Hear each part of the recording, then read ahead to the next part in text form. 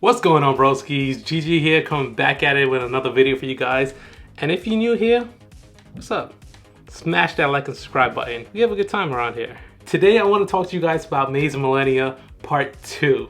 Now, the first video I did a quick breakdown of a few cards I wanted to touch on, but now it looks like Maze of Millennia finally released the entire card list for the set, and there's so much to go over. And I want to talk about why you might not want to buy Maze of Millennia just yet. Save that few extra bucks while you got it, because you might want to put it elsewhere. Let's get into it. So it looks like Maze of Millennia got an entire card list set release of 84 cards in total, and a lot of good cards are in there and a lot of reprints are in there.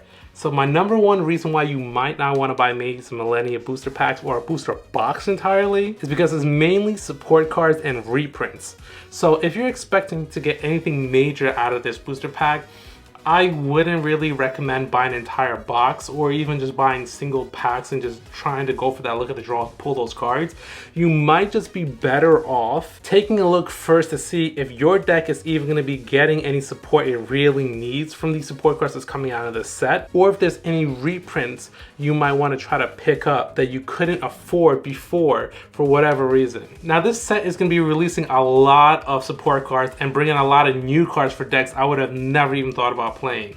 Earthbound, Flame Sword, and reprints of Altergeist and Supreme King. So 4 decks basically are getting major support slash reprints. And if this is the time you finally want to jump into Supreme King or Altergeist, now's the time. Altergeist is an amazing deck, really fun, very versatile, but it has a lot of drawbacks as well, which is why it's not being played as much in the competitive scene. But without that being said, it's still a very, very fun deck, and you can pick it up for pennies now with the reprints and basically build an entire deck potentially under $50. Who knows? You gotta price it out and see how it's gonna be looking like after these reprints. Supreme King is the perfect time to pick it up as well. Reprints are just gonna be even better. I've never personally thought about playing Supreme Kings, but now with these reprints, it might be possible with potential future supports coming out in the future, who knows? But I might just pick them up now just to play the deck or just have it on the side there, because you never know when they might pop off and when you might want to play them again before price skyrockets. Earthbounds and Flame Swords, nothing needs to be said about them. If this is what you want to play in the next coming format, or you just want to pick up the deck and see what it's all about, yeah, I would definitely say maybe pick up a few packs, or you might be able to just go on TCG Player and just pick up the singles and see what you're able to build in the budget it comes up to, depending if there's specific cards you want to snipe out of the pack, or maybe you just want to build a whole deck. Now, the booster set really only benefits a few decks, majority of them either being Flame slash Pyros or Earthbounds. Now, if you are one of those 3 players, then yes, this is going to be the set for you to pick up. Like I mentioned, Bonfire is going to be in there, and you can have a lot of new fire cards coming out as well. So if you are really interested in going into the new format, I would definitely say pick up some cards from here. Even if you might not even think about it, you may want to get them now before they just skyrocket in price and it just becomes unattainable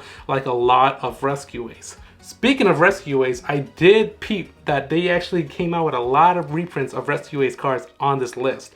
And I was just surprised, but at the same time very happy, because Rescue Ace dominated the format for a long time, and when I wanted to get into it, I waited just a little bit too long and the price skyrocketed for Hydrant and a bunch of other cards. But it looks like now they finally gave a reprint on some of the cards in Rescue Ace, which makes the deck a lot more attainable, especially after the ban list that got hit.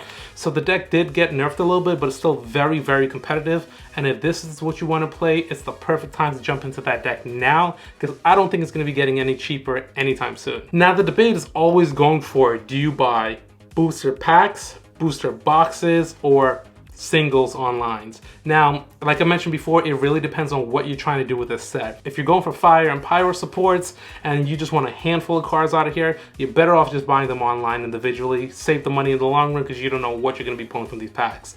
If you want to go for Earthbounds, I might recommend just buying the set online as well, if that's what you really want to play. I would only really recommend to get the set if you want a little bit of everything. If you are a collector now, of course, that's kind of a no-brainer. I would definitely recommend buying a box straight out. You might get the best pulls you possibly can from the boxes. The percent ratio is always very, very low, but there is always a pretty good chance you might get at least one good pull from an entire box. Me personally, I will be getting a box or two once I'm able to get my hands on some and seeing what I'm able to pull, and whatever I'm not, maybe after a few boxes, I might just buy online, and then you got a bunch of remaining cards you can always sell. From what I can tell at the moment when it comes to collectors perspective, and if you're like really into the whole card selling aspect of Yu-Gi-Oh!, I don't really see this really much resale value in this pack. So if you're after a lot of high rated collector's cards, you know that's going to be blowing up the market or just like breaking that bank within a month or two from now with the future supports and whatnot, I don't see that in this set.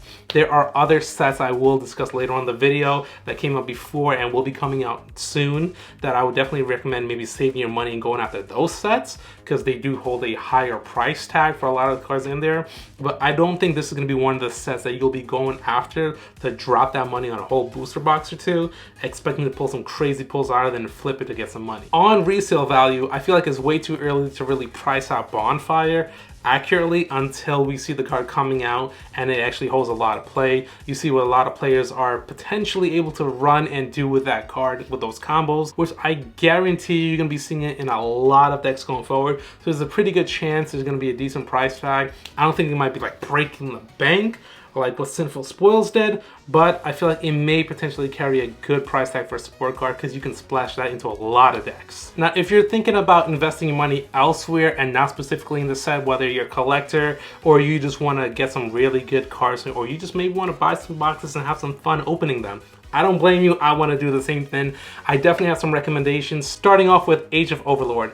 Definitely a really good pack that holds a lot of good cards. I would highly recommend maybe going after, and they do retain their value pretty well. Age of Overlord did come out with a lot of good cards, such as the Snake Eyes, Dark Hole, and Dark Hole Dragon, which has been splashed into a couple of decks now. That's been doing some fairly interesting plays. Of course, you got the Sinful Spoils with the Bellstar, Black Witch, and the Spell supporting cards, and those alone are just the #1 cards to go to at the moment. So if you're looking for the best cards at the moment, go for Sinful Spoils. Like I said, ratio is something to take into consideration buying a booster box versus individually buying them. But if you're looking to just collect them, it really depends on your budget. If you're looking just to pull some crazy pulls, have some fun, or maybe even reselling it, buying a box might be your thing. Second, I would recommend 25th Anniversary Pack. Now with the 25th Century Pack, you are able to pull a lot of hand traps. So if you're potentially looking for those hand traps on a budget and you just want to try to grab as much as possible, that might be the pack for you. And of course, Valiant Smashers, we can't forget Centurion. So they are pretty decent in pricing at the moment. Very, very good deck if you want to pick up those cards. I would definitely recommend Valiant Smashers if that is a deck you are interested in playing. Now with Legacy of Destruction and Phantom Nightmare coming up next, I would definitely look into those potential packs if you want to save your money, because they are coming out with a lot of support cards with the YuGiOh and bringing out support for a lot of old school cards as well. So if that might be your style, I would say put the pause on Maze of Millennia and maybe pick up one of those packs. All right, guys, so that's all I got for you today. That is just a few reasons why you might not want to buy Maze of Millennia just yet. Put that money aside, pick up a couple other packs, or snipe them online once you can, because that price is going to skyrocket ASAP. Once again, thank you so much for watching the video. Smash that subscribe and like button, and as always, I'll catch you on the flip side.